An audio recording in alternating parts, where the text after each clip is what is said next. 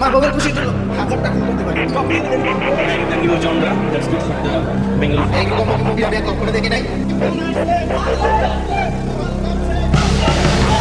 কে কে যেন বলছিল যে উৎসব ছাড়া শাকিব খান কোনোদিন ছবি মুক্তি দিতে পারেনি, তাদেরকে বলছি উৎসব ছাড়াই শাকিব খান ছবি মুক্তি দিয়েছে, আর এই ছবিও সুপার টুপার হিট হবে। শাকিব খানের নতুন প্যান ইন্ডিয়ান সিনেমা দরদ এবার উৎসব ছাড়াই ছবি মুক্তি দিয়ে দেখিয়ে দিয়েছে ঢাকায় কিং সুপারস্টার শাকিব খান। তারই আজকে হল রিভিউ নিয়ে কথা বলবো এবং হল রিভিউ দেখবো। তো চলেন ভিডিও শুরু করা যাক।